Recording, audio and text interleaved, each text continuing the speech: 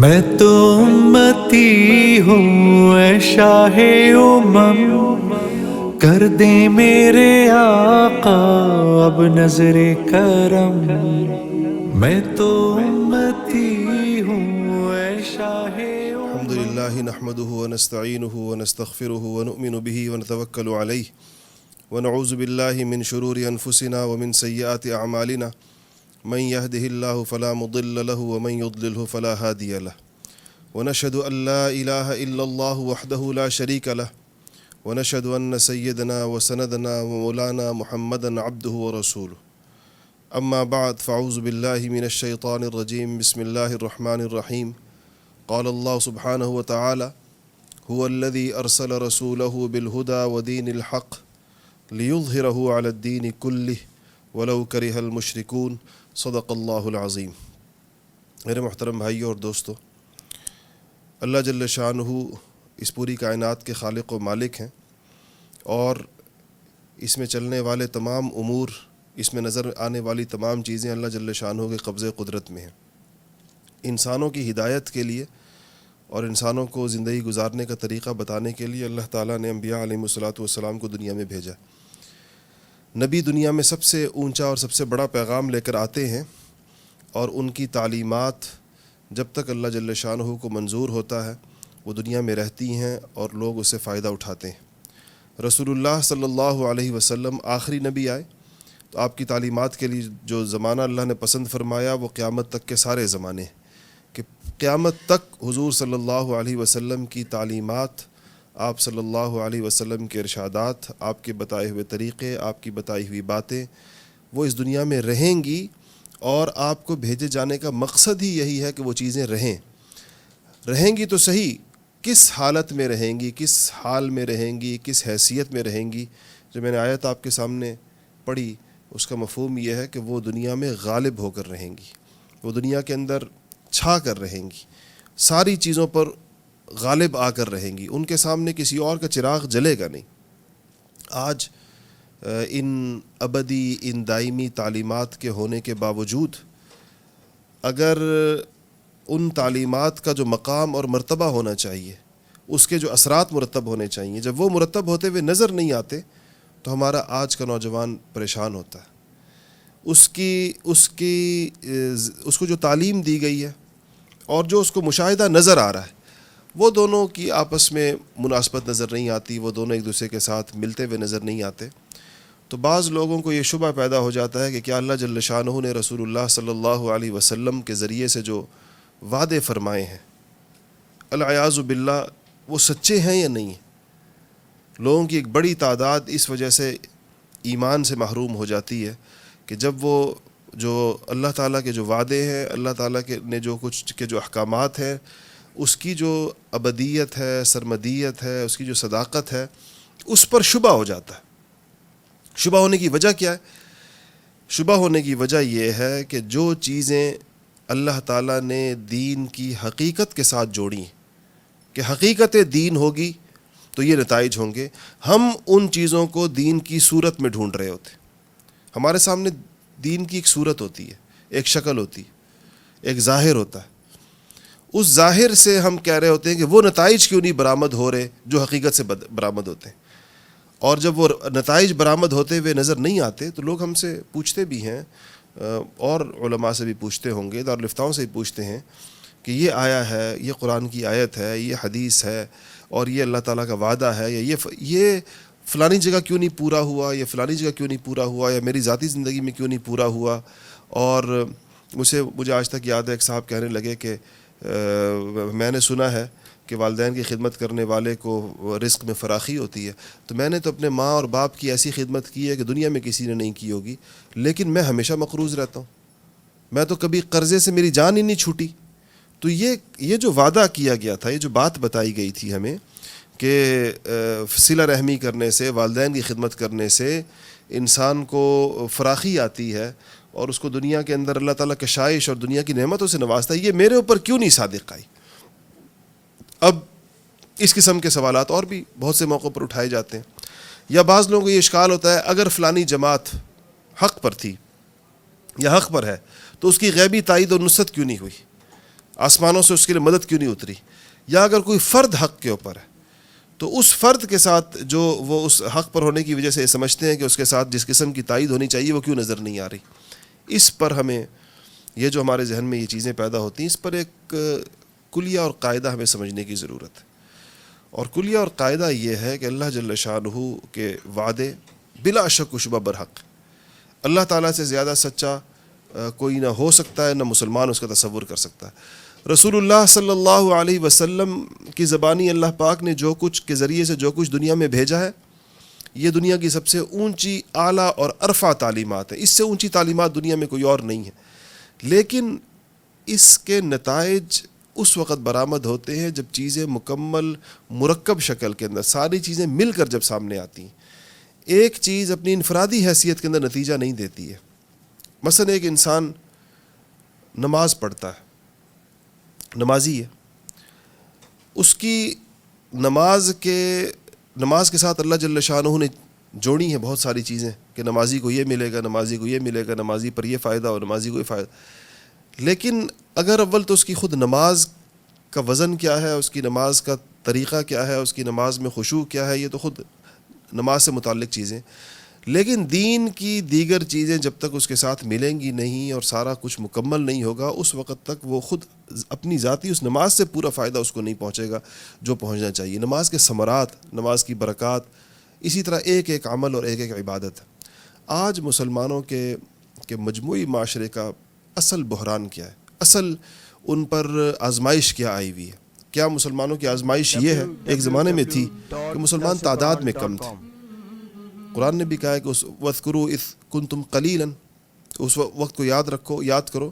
وَاذْكُرُوا إِذْ أَنْتُمْ قَلِيلٌ، کہ تم جس وقت تھوڑے تھے، تمہاری تعداد کم تھی. اتنی تعداد کم تھی، اللہ تعالیٰ فرماتے ہیں کہ تم اتنے کم تھے کہ تمہیں یہ ڈر لگتا تھا کہ ہمیں کوئی اچک نہ لے. کہ جس طرح وہ مرغی کے چوزے جب بہت چھوٹے ہوتے ہیں نا، تو اس کے بارے میں یہ اندیشہ ہوتا ہے کہ چیل اچک نہ لے، کیونکہ ان کی وہ تھوڑی بالکل جسامت بہت چھوٹی ہوتی ہے، تو چیل اچک کے لے جاتی، کوا اچک کے لے جاتا. جب ذرا بڑے ہو جاتے ہیں پھر کوئی نہیں اچک سکتا. تو اللہ جل شانہ فرماتے ہیں کہ تم اس وقت کو یاد کرو کہ جو تم اتنے تھوڑے تھے کہ تمہیں ہر وقت یہ ڈر لگا رہتا تھا کہ کوئی ہمیں اچک نہ لے. اب اتنے سے لوگ ہیں. کیا آج مسلمان کم ہیں؟ تعداد کم ہے ان کی؟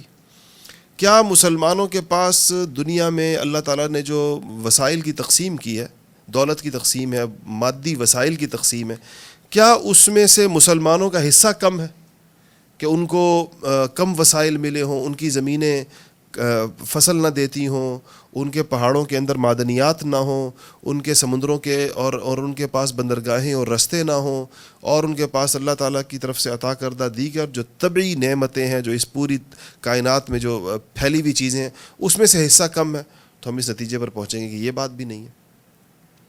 کیا مسلمانوں میں مہارتوں میں، اہلیتوں میں، ذہانتوں میں کمی ہے کہ ذہین نہیں ہوتے اور ان کے اندر لیاقت اور قابلیت نہیں ہوتی؟ وہ بھی دنیا نے مختلف جگہوں پر، مختلف موقعوں پر یہ ثابت ہوا کہ دنیا کی ذہین ترین اقوام، ذکی ترین اقوام وہ مسلمان قومیں.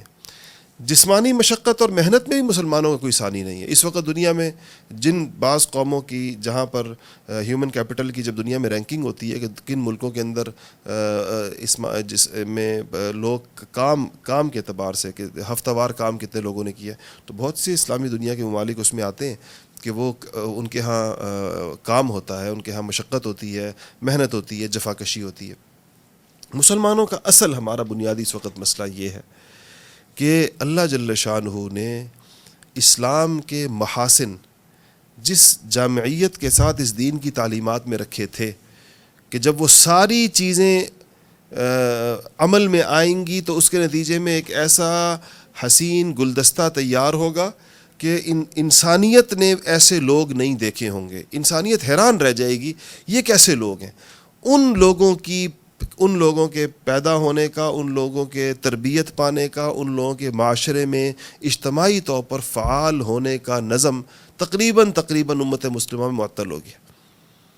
وہاں ہم باقی قوموں کی طرح، جیسا باقی دنیا کی قومیں ہیں، وہ ظاہر پرست ہیں، ظاہر بین ہیں. کچھ ظاہری چیزوں پر ان کا سارا اعتماد ہوتا ہے. وسائل پر کسی کا سارا اعتماد ہے، کسی کا سارا اعتماد جو ہے وہ دولت کے اوپر ہے، کسی کا سارا اعتماد کسی اور چیز پر اپنا تکیہ رکھا ہوا ہوتا ہے. بدقسمتی سے مسلمانوں کی بھی ایک بہت بڑی تعداد اور اچھے دیندار سمجھے جانے والے مسلمانوں کی بھی ایک بڑی تعداد یہ سمجھتی ہے کہ یہی دنیا میں کامیابیوں کا اور دنیا کے اندر رفعتوں کا اور سربلندیوں کا یہی ذریعہ ہے. حالانکہ قرآن کی تعلیمات شاہد عدل ہیں، اور صحابہ کرام جو حضور صلی اللہ علیہ وسلم کی تربیت کا اس کائنات میں سب سے بڑا نمونہ تھے، ان کی پوری جماعت جہاں جہاں وہ دنیا میں گئے ہیں. دیکھیں صحابہ کو دنیا میں مختلف قسم کے حالات سے سامنا پڑا ہے. حجاز میں وہ تھے، حجاز کا اپنا ایک موسم ہے، اپنا ایک ماحول ہے، اپنے کچھ وسائل ہیں، اپنی ایک فضا ہے حجاز کی.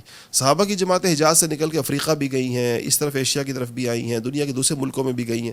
مختلف قوموں سے واسطہ پڑا، مختلف زبانوں سے واسطہ پڑا، مختلف لوگوں سے واسطہ پڑا، مختلف ادیان سے اور مذاہب سے واسطہ پڑا، مختلف مزاجوں سے واسطہ پڑا.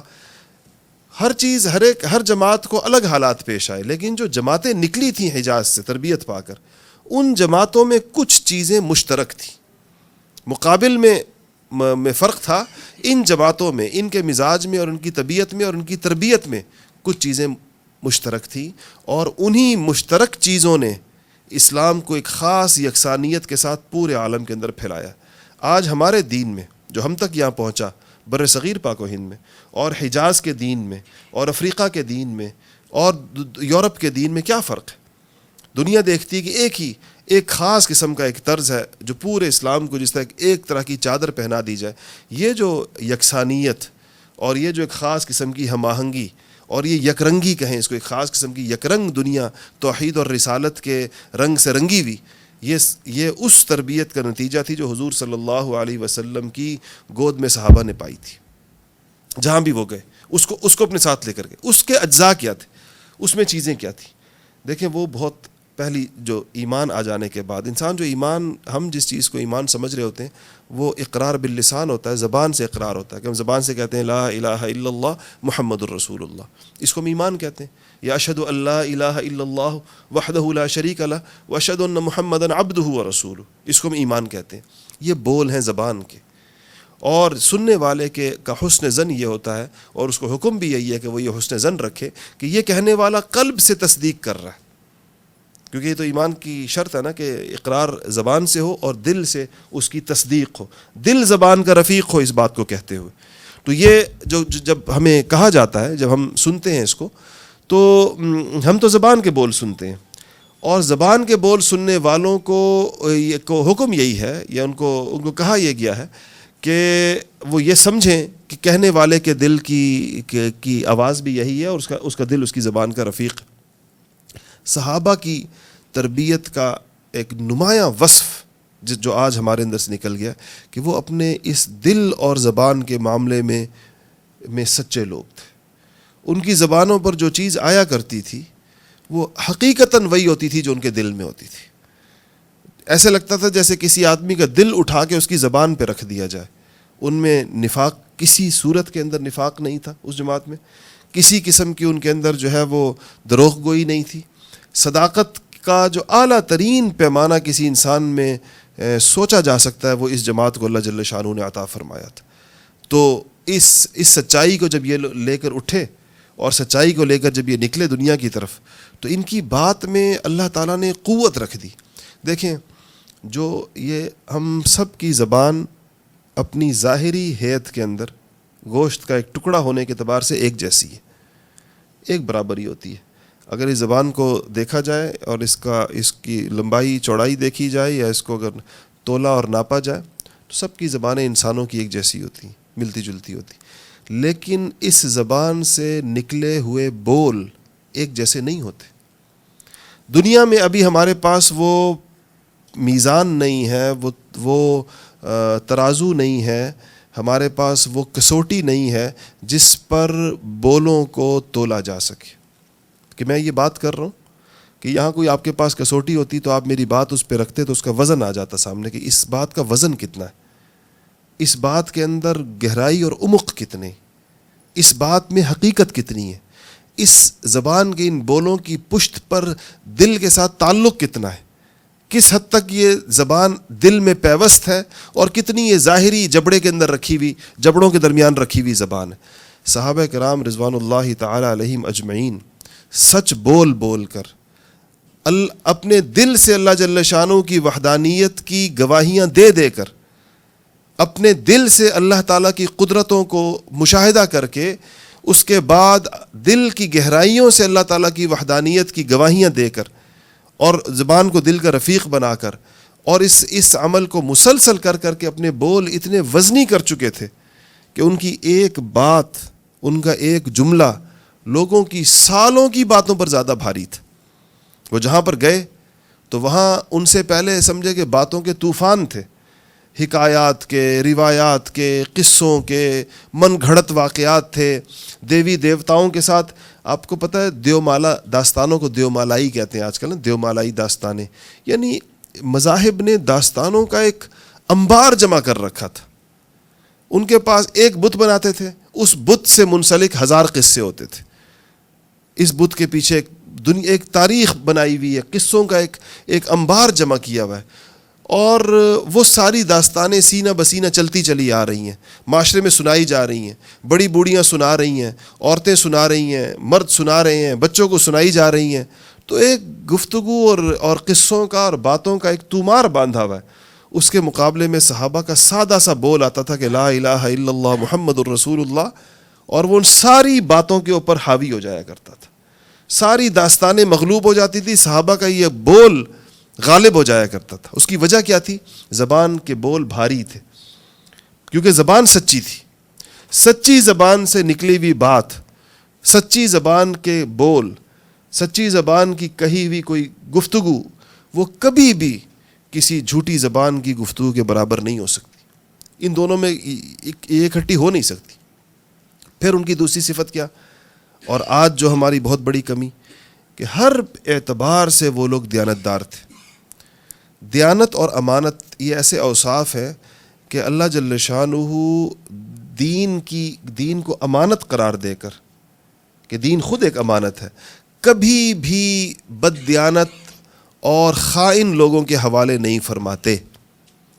امانت دین جو کہ کائنات کی سب سے بڑی امانت ہے، اللہ تعالیٰ نے اس کو قرآن کو بھی امانت قرار دیا اور کہا کہ یہ ہم نے انا عرضنا الامانۃ علی السماوات والارض والجبال، کہ یہ امانت ہے جو ہم نے پیش کی پہاڑوں کے اوپر اور زمین کے اوپر، آسمانوں کے اوپر، اور لیکن فابین ان یحملنھا، لیکن چونکہ ان کو اس امانت کی حقیقت معلوم تھی کہ یہ کیا چیز ہے، تو وہ اس کے بوجھ کو اٹھانے سے عاجز ہو گئے۔ پھر اس امانت کو اللہ جل شانہ نے انسان کے حوالے کیا کہ یہ انسان میں یہ صلاحیت موجود ہے جو پہاڑوں میں نہیں ہے، زمین میں نہیں ہے، آسمانوں میں نہیں ہے۔ وہ صلاحیت انسان میں ہے کہ یہ اپنے آپ کو امانت کے ان درجات تک پہنچا سکتا ہے کہ جہاں پر دین کے تحمل کی، دین کی امانت کو سنبھالنے کا تحمل اس کے اندر پیدا ہو جائے گا۔ یہ انسان میں یہ صلاحیت موجود ہے۔ آج ہم اس صلاحیت کے بغیر اپنے اس وصف کو مانجھے اور ترقی دیے بغیر ہم دین پہنچانا چاہتے ہیں لوگوں تک، تو یہ بات ہمیں اچھے طریقے کے ساتھ یاد رکھنی چاہیے کہ امانت دین خائن لوگوں کو کبھی نہیں دی جائے گی، ان کے ذریعے نہیں پھیلائی جائے گی، ان کے ذریعے اس کو آگے کہیں تک نہیں لے جایا جائے گا۔ اب اس طرح باقی چیزوں کی طرف ہم چلتے چلے جائیں گے۔ جو بات بیچ میں ہمیں بار بار سوچنے کی ضرورت ہے کہ ان اوصاف کے بغیر، اپنے اندر یہ صلاحیت پیدا کیے بغیر ہم جن نتائج کی توقع کر رہے ہوتے ہیں تو وہ نتائج ہمیں ملتے نہیں ہیں، اور وہ نتائج جب نہیں ملتے تو ہمیں مایوسی پیدا ہوتی ہے۔ مایوسی کی پشت پر اصل وجہ یہ ہے۔ پھر ہم حیران ہوتے ہیں کہ اتنی کلیئر کٹ ہم سے نوجوان پوچھتے ہیں کہ یہ بات تو کیٹیگوریکلی کہی گئی ہے کہ اس کا یہ نتیجہ نکلنا چاہیے، کیوں نہیں نکلا؟ یہ نتیجہ کیوں نہیں حاصل ہوا؟ حالانکہ یہ تو اللہ کی بات سے زیادہ سچا کس کی بات ہے، اور حضور صلی اللہ علیہ وسلم کی بات سے سچی کس کی بات؟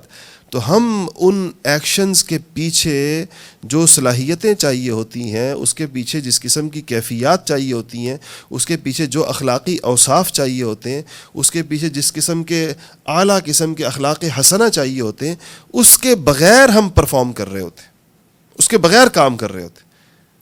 تو اگرچہ میں یہ نہیں کہتا کہ اس کے بغیر کوئی کام کرنا بالکل ہی بیکار اور فضول ہے، وہ بھی اللہ تعالیٰ کی عنایت ہے جس کو دین کا کام جس شکل میں، لیکن اس سے پورے نتائج کی توقع رکھنا، وہ نتائج جو خیر القرون میں برآمد ہوئے تھے، یہ سمجھداری نہیں ہوگی کہ وہ اوصاف ہے نہیں، نتیجہ ہمیں خیر القرون والا چاہیے۔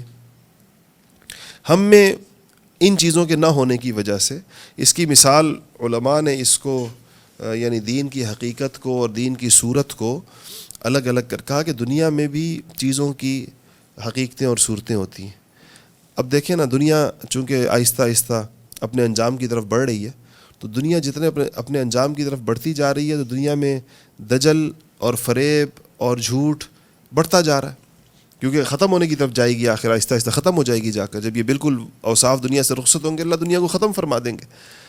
اس میں کیا مزاج چل رہا ہے کہ ہر چیز کی ڈپلیکیٹ ہے، ہر چیز کی کاپی ہے، ہر چیز کی نقل ہے، وہ تیزی سے دنیا بن رہی، نقل بنانے والی انڈسٹری وجود میں آ گئی ہے، انڈسٹریز وجود میں آ گئی جن کا کام کیا وہ اصل بناتے ہی نہیں ہیں، وہ نقل بناتے، نقل کے لیے باقاعدہ لوگ ہیں دنیا میں، یعنی نقالوں کی بھی ایک پوری انڈسٹری ہے، لیکن دنیاوی چیزوں میں بھی لوگ اس کا فرق کرتے ہیں اور نقل سے اور نقل والی چیز سے اصل والی توقع نہیں رکھتے۔ اگر کسی نقلی چیز میں کوئی کمی آ جائے تو کہتے ہیں بس ٹھیک ہے نقلی تھی، اس کو ایسے ہی ہونا تھا، کیونکہ اصلی تو تھی نہیں۔ تعجب لوگوں کو تب ہوتا ہے، حیران لوگ تب ہوتے ہیں، افسردہ لوگ تب ہوتے ہیں جب اصلی چیز دھوکہ دے جائے، ان کو یقین نہیں آ رہا ہوتا یہ کیسے ہو سکتا ہے، یہ تو نقلی نہیں تھی، تو بعض اوقات ان کی غلط فہمی ہوتی ہے اور وہ جب مزید تحقیق کرتے ہیں تو پتہ چلتا ہے واقعی نقلی تھی۔ تو ایسے ہی معاملہ ہمارے پاس موجود چیزوں کا بھی ہے، ہمیں اول تو اس کا شعور نہیں ہو پاتا کہ اصلی دین اپنی صحیح شکل میں، اپنی اصلی حالت میں، اپنے صحیح اوصاف کے ساتھ کس کے پاس ہے۔ ہم جس نے بھی دعویٰ کر دیا، جس نے بھی کوئی تماشا لگا لیا، ہم اس کو دین سمجھنا شروع کر دیتے، اس کی وجہ ہماری لا علمی اور ہماری جہالت ہوتی ہے۔ ہمیں یہ سلیقہ نہیں آتا، ہمیں یہ طریقہ نہیں آتا کہ ہم کچھ پرکھ سکیں۔ دنیا میں جیسا لوگ پرکھنے کے لوگ ہوتے ہیں، اور جس آدمی کو خود صلاحیت نہیں ہوتی تو وہ کسی ایسے سمجھدار آدمی سے مشورہ کرتا ہے کہ پرکھنا ہو تو میں کیسے پرکھوں، کس کے پاس جاؤں، کیسے چیزیں، پھر ایک درست چیز کا انتخاب کرتے ہیں۔ تو آج اگر ہم اپنی اسی تعداد کے ساتھ جتنے مسلمان اس وقت دنیا میں ہیں، انہی وسائل کے ساتھ جو اللہ تعالیٰ کی طرف سے عطا کیے گئے، چاہے وہ مادی وسائل ہوں، دنیا کی جو نعمتیں ہیں، چاہے وہ معدنیات ہیں، چاہے وہ پیٹرول ہے، چاہے وہ زرخیز زمینیں ہیں، چاہے وہ ہمارے مسلمانوں کے کاروبار اور ان کے بزنسز ہیں، یا جو افرادی وسائل ہیں جو انسان ہیں اپنی صلاحیتوں سمیت، انہی وسائل کو اور انہی افراد کو اور انہی اللہ تعالیٰ کی دی ہوئی چیزوں کو اگر ہم اس میں روح پیدا کرنے میں کامیاب ہو جائیں، آپ خود سوچیں ذرا کہ اگر دنیا میں اللہ تعالیٰ کے حقیقی فرما بردار، اللہ جل شانہ کی وحدانیت پر واقعی یقین رکھنے والے اور رسول اللہ صلی اللہ علیہ وسلم کے صحیح امتی جو واقعی دامن رسالت سے وابستہ ہوں، اس خطہ زمین پر، اس کائنات کے اندر، اس روئے زمین پر 1.5 ارب سے 2.25 ارب کی تعداد میں موجود ہوں، تو یہ دنیا تو اللہ کے رنگ میں رنگی بھی نظر آئے گی۔ 2.25 ارب دنیا میں 7-7.5 ارب انسانوں میں سے 2.25 ارب مسلمان ہیں، کلمہ گو ہیں، لیکن آزمائش کیا ہے کہ ہم نام کے مسلمان ہیں۔ ہم فقط ایک ظاہری طور پر ایک ہمارے اندر اسلام کی چیزیں ہیں، اس کی جو اس کے جو باطنی اوصاف تھے، اب آہستہ آہستہ آہستہ آہستہ اس کا تذکرہ بھی ہمارے اندر سے ختم ہو رہا ہے، اس ضرورت کا احساس کم ہوتا چلا جا رہا ہے، اس کی تربیت گاہیں ہمارے یہاں سے ختم ہو رہی ہیں۔ ہر چیز علماء نے لکھا ہے کہ قیامت کے قریب دنیا میں ظاہر پرستی کا اور یہ جو دجالیت جس کو کہتے ہیں، دجل کا مطلب کیا ہے؟ دجل کا مطلب یہ ہے کہ ظاہر و باطن میں فرق ہونا، چیزوں کا ظاہر بدل جائے گا، ظاہر دلاویز ہو جائے گا، ظاہر بڑا جاذب النظر ہو جائے گا، باطن میں کچھ نہیں، کھوکھلا ہوگا نظام پورا۔ تو اس کھوکھلے نظام پر مفکر اسلام مولانا سید ابو الحسن الندوی صاحب رحمۃ اللہ علیہ لکھتے ہیں کہ کاغذ کے پھولوں سے، پلاسٹک کے پھولوں سے گلاب اور چنبیلی کی خوشبوؤں کی توقع رکھنا، یا کھلونے والے شیر بھالوؤں سے دھاڑنے اور چیر پھاڑ کی توقع رکھنا، یہ حماقت ہے۔ اور ممکن نہیں ہے وہ چیز. تو ہمیں ایسے اور یہ دنیا نے اس بات کو دیکھا ہے, دنیا نے اس کا مشاہدہ کیا ہے کہ حقیقی قوت والے, اصل معاملے کو جس کو اصل چیزوں کو سمجھنے والے اور چیزوں کی اصل پر محنت کرنے والے تھوڑے بھی ہوں تو وہی غالب آتے, انہی کی بات چلتی ہے, انہی کی بات کو اللہ جل شانہ دنیا میں دوام عطا فرماتے ہیں, چاہے بے شک ان کی تعداد کم ہو. تو ہمیں ضرورت کس چیز کی ہے, اور ہمارے نوجوانوں کو خاص طور پر ضرورت کس چیز کی ہے کہ ہم اسلام کی جو اصل روح ہے, جس کے ساتھ نتائج کا تعلق ہے, نتائج جس پر مرتب ہوں گے, اس کو اپنے اندر پیدا کرنے کی ایک تحریک پیدا کریں, اس کا ایک جذبہ پیدا کریں. اس کی ابتدا کس چیز سے ہوگی؟ اس کی ابتدا درست علم سے ہوگی. اپنا علم درست کریں, نالج صحیح کریں اپنا.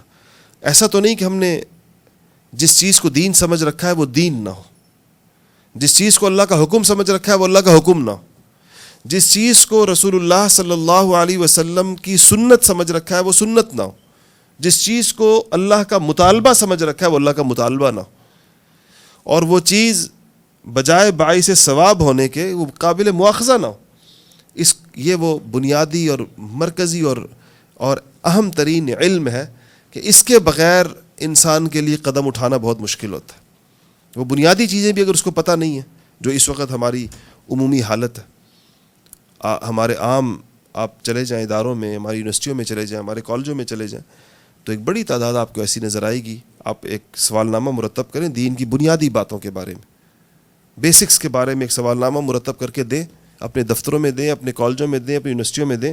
جو آپ کو نتائج آئیں گے وہ آپ کے سامنے صحیح تصویر لے آئے کہ معاشرے کے اتنے فیصد لوگ, اسلامی معاشرے کے, وہ اسلامی دین کی بنیادی معلومات سے باخبر ہیں. یہ آپ کو صحیح تصویر سامنے آ جائے گی کہ باخبر لوگوں کی تعداد 5% ہے یا 10% ہے یا 20% ہے یا 25%. اپنے دیہاتوں میں جائیں, اپنے زمینداروں, اپنے کسانوں, اپنے ہاریوں اور کھیتوں میں کام کرنے والوں, ان سے پوچھیں تو آپ کو محسوس ہوگا کہ عمومی ہمارے معاشرے کا علمی لیول جو ہے, معلومات جو دین کا علم جو ان کا ہے وہ بہت ہی نیچے ہے, انتہائی لو لیول کے اوپر وہ چیز ہے. تو اس میں سب سے پہلے تو ایسے لوگ چاہیے کہ جو معاشرے میں ایک علمی تحریک برپا کریں, بنیادی دینی علوم کی تفصیلات نہ ہو اس کے اندر, اور اس میں اختلافات بھی آپس کے نہ ہو, اور اس میں کسی قسم کی توڑ کی بات نہ ہو. امت کو جوڑا جائے اور بنیادی علم لوگوں تک پہنچایا جائے, لوگوں کو لایا جائے. یہ دیکھیں آپ, صحابہ کرام رضوان اللہ تعالی علیہم اجمعین کے معاشرے میں یہ لوگ پیشوں کے اعتبار سے مختلف پیشوں سے وابستہ تھے. ہر جو ایک انسانی تمدن کو جن جن چیزوں کی ضرورت ہوتی ہے صحابہ وہ سارے کام کرتے تھے. یعنی اس معاشرے میں جوتے گانٹھنے والے لوگ بھی موجود تھے, کپڑے سینے والے لوگ بھی موجود تھے, اور کاروبار کرنے والے بھی تھے, زمینداری کرنے والے بھی تھے, ہر طبقے کے لوگ موجود تھے. لیکن ہر صحابی حضور صلی اللہ علیہ وسلم کی صحبت کا یہ اعجاز تھا کہ ہر صحابی اپنے اسی پس منظر کے باوجود اس کا ایک سطح تھی جہاں پر وہ کھڑا ہوا نظر آتا ہے دین کے فہم اور دین کے علم کی. حضور صلی اللہ علیہ وسلم کے ساتھ رہتے رہتے انہوں نے وحی کو اترتے دیکھا تھا, اور انہوں نے جبرائیل کو آتے جاتے دیکھا تھا. انہوں نے حضور صلی اللہ علیہ وسلم کے دن اور رات دیکھے تھے, آپ کے سفر اسفار دیکھے تھے, آپ کے معاملات دیکھے تھے. اور دینی علم تو اسی چیز کا نام ہے. دینی علم کوئی کیا کہنا چاہیے, کوئی پیچیدہ فلسفہ تھوڑی ہے. ہم جس کو سنت کہتے ہیں وہ کیا ہے؟ حضور صلی اللہ علیہ وسلم کے قول و عمل کی چیزیں, وہ تو ان کا براہ راست مشاہدہ تھا. جو چیزیں آج ہمارے پاس سینہ بسینہ پہنچی ہیں اور ہمارے پاس کچھ کتابوں کے ذریعے سے پہنچی ہیں اور کچھ چیزیں نقل در نقل ہو کر ہم تک پہنچی ہیں, انہوں نے تو اس کو براہ راست دیکھا تھا, اپنی آنکھوں سے یہ سارے مناظر دیکھے. قرآن نازل ہوتا ہوا دیکھا تھا. انہوں نے وہ وقت دیکھا کہ جبرائیل حضور صلی اللہ علیہ وسلم کے پاس سے ہو کر گئے ہیں, تو حضور نے بتایا کہ آج یہ لے کر آئے جبرائیل, آج یہ لے کر آئے جبرائیل, آج یہ لے کر آئے جبرائیل. تو یہ علم تھا سارا کا سارا, اسی کو دینی علم اسی کو کہتے ہیں. تو وہ اس دینی علم کے براہ راست مشاہدہ کرنے والے لوگ تھے. تو اپنے کاموں کے ساتھ یہ چیز ان کو اللہ جل شانہ نے نصیب فرمائی تھی. آج چونکہ معاشرے سے ہمارے بدقسمتی سے اس کا رشتہ ٹوٹ رہا ہے، تو ہمیں اس کی ضرورت ہے، اور انتہائی زیادہ ضرورت ہے اس بات کی کہ اس حوالے سے ماسز تک، عام لوگوں تک، جن کے پاس اوقات بھی کم ہوتے ہیں، جن کے کام بھی اور بھی کام ہوتے ہیں، وہ کچھ نہ کچھ کر رہے ہوتے ہیں، ان کے اندر ایک جس طرح اویئرنیس کمپین ہوتی ہے نا، کہ آگاہی مہم جس کو کہتے ہیں، اس طرح ایک آگاہی مہم چلائی جائے. یہ پہلے نمبر پہ کرنے کا کام ہے. دوسرے نمبر پر یہ ہے کہ لوگوں کو یہ بتایا بھی جائے اور ایسی تربیت گاہیں قائم کی جائیں، ایسے شفا خانے قائم کیے جائیں جہاں روح کی صفائی ہوتی ہو اور جہاں انسان کی طبیعت کی تربیت ہوتی ہو، انسان کے اندر اوصاف باقاعدہ پیدا کیے جائیں، سچے لوگ پیدا کیے جائیں جو آگے سچوں کو پیدا کریں، سچ کو چلائیں، امین لوگ پیدا کیے جائیں، امانت کے پیمانے علم کے ذریعے سے معلوم ہو جاتے ہیں، حقیقی امانت دار لوگ، پھر وہ امانتوں کے معیارات قائم کریں لوگوں کے سامنے، لوگوں کو بتائیں کہ امین کیسے ہوتے ہیں، کر کے دکھائیں، امانت کے حقیقی عملی نمونے سامنے آئیں، سچائی کے عملی نمونے سامنے آئیں، اور اللہ کے راستے میں خرچ کرنے والے اور انفاق کرنے والے حقیقی اوصاف اور اخلاق لوگوں کے سامنے آئیں، شرم و حیا کے، عفت کے، طہارت و پاکیزگی کے اصل نمونے سامنے آئیں. اس معاشرے میں بھی ایسے پاکیزہ لوگ ہو سکتے ہیں، اس معاشرے میں بھی ایسے پاکیزہ نوجوان ہو سکتے ہیں جو بے حیائی کی اور فحاشی کی اور عریانی کے تمام اسباب جو دائیں بائیں پھیلے ہوئے ہیں، اس میں سے بھی ایسے دامن بچا کر چلنے والے لوگ ہوتے ہیں جن کی نگاہیں عفیف ہیں، جن کا دیکھنا ٹھیک ہے، جن کا سننا صحیح ہے. یہ چیزیں جب دونوں چیزیں علم کے اعتبار سے بنیادی دینی تعلیمات اور عمل کے اعتبار سے حقیقی عملی نمونے، جن کو دیکھ کر لوگ سمجھیں، جن کو دیکھ کر لوگ سیکھیں، یہ جب ہمارے ہاں پیدا ہوں گے، اس سے اسلامی معاشرہ تشکیل پائے گا. یہ محنت فرد پر ہے، لیکن یہی افراد مل کر اسلامی معاشرہ تشکیل پاتا ہے. اور اس اسلامی معاشرے کے اثرات نہ صرف یہ کہ اس معاشرے پر مرتب ہوتے ہیں، یہی افراد اس معاشرے سے تربیت پا کر جانے والے لوگ دنیا میں کہیں بھی جائیں گے، کسی سے بھی ملیں گے، تو اس تک دین کا ایک صحیح اور کامل پیغام اس تک پہنچے گا. ناقص ترجمانی کے ذریعے سے دین منتقل نہیں ہوگا، نہ تمام اور نہ مکمل ترجمانی، نہ تمام شکل دین. کسی نے کوئی ایک چیز لے لی دین کی، کسی نے کوئی دوسری چیز لے لی، کسی نے کوئی تیسری چیز لے لی. یہ نامکمل تصویر ہے. دیکھیں، اگر آپ کوئی انسانی کوئی تصویر ڈرا کریں، اس میں اگر آپ نے پوری نہیں بنائی وہ، تو کبھی بھی پورا نقشہ سامنے نہیں آئے گا، نامکمل ہو گیا. آپ نے کسی کے سامنے کان بنا دیا تو کان کو انسان نہیں کہا جائے گا. آپ نے ناک بنا دی، ناک کو انسان نہیں کہا جائے گا. سر بنا دیا، سر کو انسان، آپ کو سر سے لے کے پاؤں تک پورے انسان کا خاکہ ہو، اس کو انسان کہا جاتا ہے.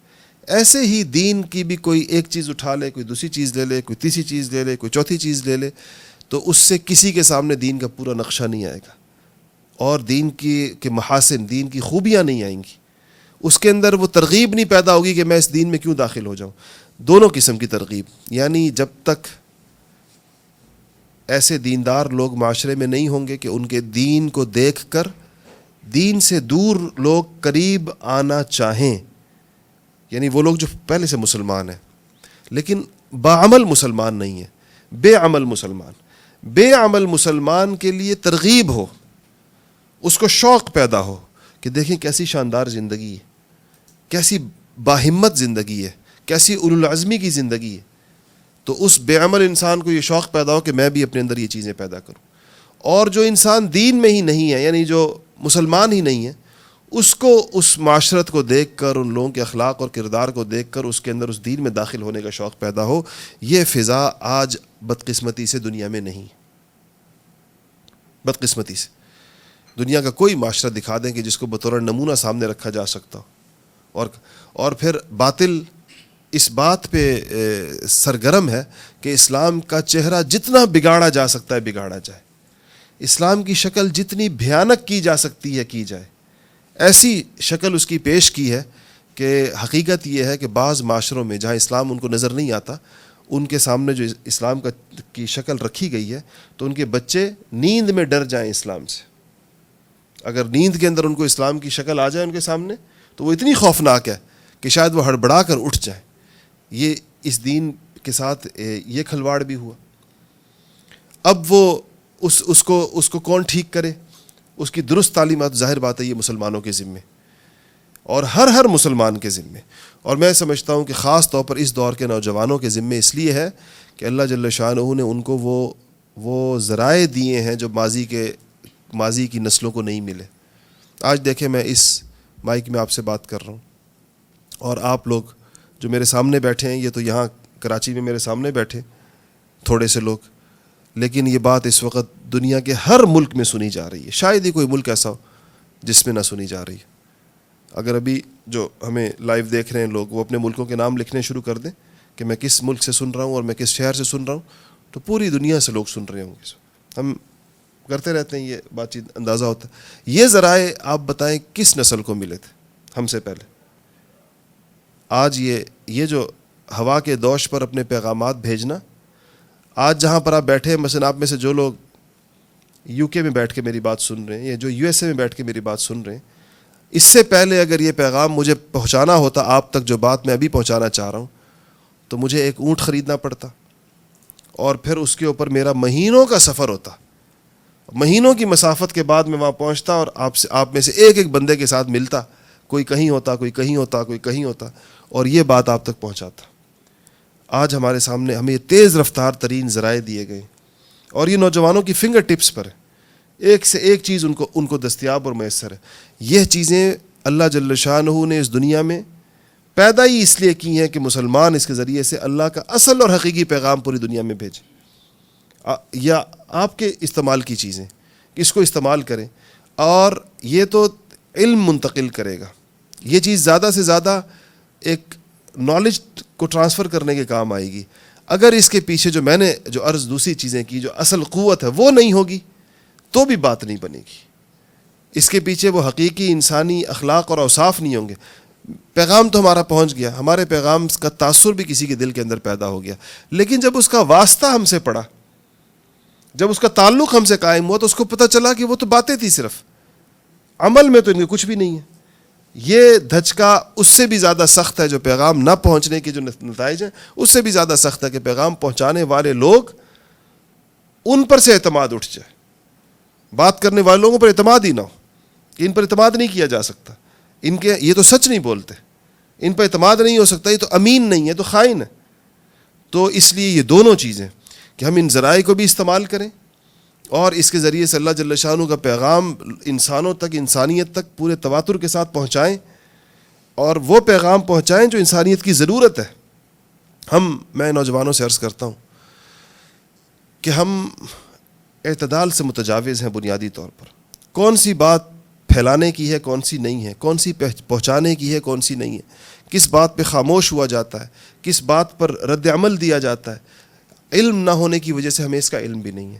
اس وجہ سے یہ ذرائع جو آج دین کی خدمت کے لیے استعمال ہونے چاہیے تھے، یہ افواہوں کے لیے، یہ انتشار کے لیے، یہ خلفشار کے لیے، یہ گالی گلوچ کے لیے، یہ ادھر سے ادھر اپنی وہ ایسی باتیں پھیلانے کے لیے جو پھیلانے کی نہیں ہیں، ان کے لیے استعمال ہو رہے ہیں. حالانکہ یہ مثبت باتوں کے لیے بھی استعمال ہو سکتے تھے اور بہت بہترین طریقے کے ساتھ استعمال ہو سکتے. تو اپنے ایسی درسگاہوں کو قائم کرنے کی ضرورت ہے، ایسی کہ جہاں پر اس سب سے پہلے علم کو درست کیا جائے، ایمانیات کو صحیح کیا جائے، اللہ جل شانہ کے اوپر اعتماد اور بھروسے کو قائم کیا جائے، حضور صلی اللہ علیہ وسلم کے ساتھ ایک محبت والے والہانہ رشتے کو استوار کیا جائے، اور پھر انسان کے اخلاق پر، اس کے کردار پر، اس کے اوصاف پر، اس کے باطن پر ایک مسلسل اور مربوط محنت کی جائے.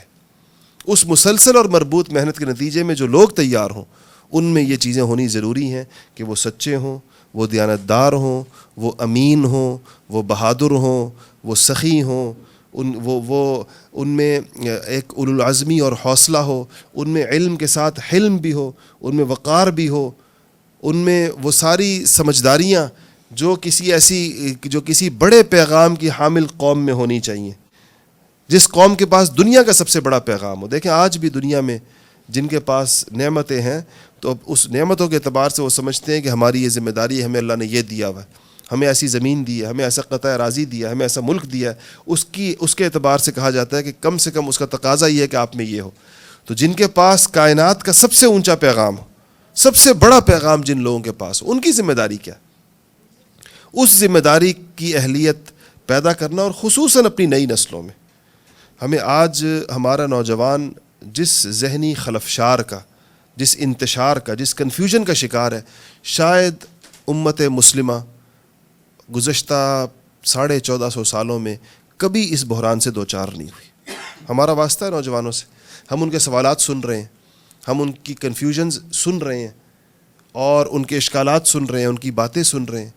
ان بیچاروں کے سامنے ایک بالکل یوں کہیں کہ معلومات کا ایک طوفان ہے, جس کو یہ لوگ فلو آف انفارمیشن کہتے ہیں, لیکن وہ ایک ایسا طوفان ہے معلومات کا جس میں اس کو سمجھ ہی نہیں آ رہا کہ اس میں سے کیا لینا ہے اور کیا چھوڑنا ہے, کیا کام کا ہے, کیا بیکار ہے, کیا میرے دین کے موافق ہے, کیا مخالف ہے, کیا دین کی صحیح تعبیر اور تشریح ہے, کیا غلط ہے, کیا دین کے دشمنوں کا پھیلایا ہوا ہے اور کیا دین کے دوستوں کا پھیلایا ہوا ہے. اس بیچارے کو کچھ سمجھ نہیں. ہر چیز اس تک پہنچ رہی ہے, ہر چیز اس کے کان میں انڈیلی جا رہی ہے, ہر چیز اس کی آنکھوں سے اس کے دماغ میں منتقل کی جا رہی ہے, اور اس کنفیوژن کے اندر وہ ایک حواس باختہ آدمی جیسے ہوتا ہے, اوسان خطائیں جیسے. ایسے میں اگر کسی کو دیکھیں حواس باختہ آدمی کا مسئلہ کیا ہوتا ہے, جس کے اوسان خطا ہو جاتے ہیں, اس کو صحیح سہارا مل جائے تو وہ صحیح ہو جائے گا, اور غلط ہاتھ پکڑ لیا تو غلط ہو جائے گا.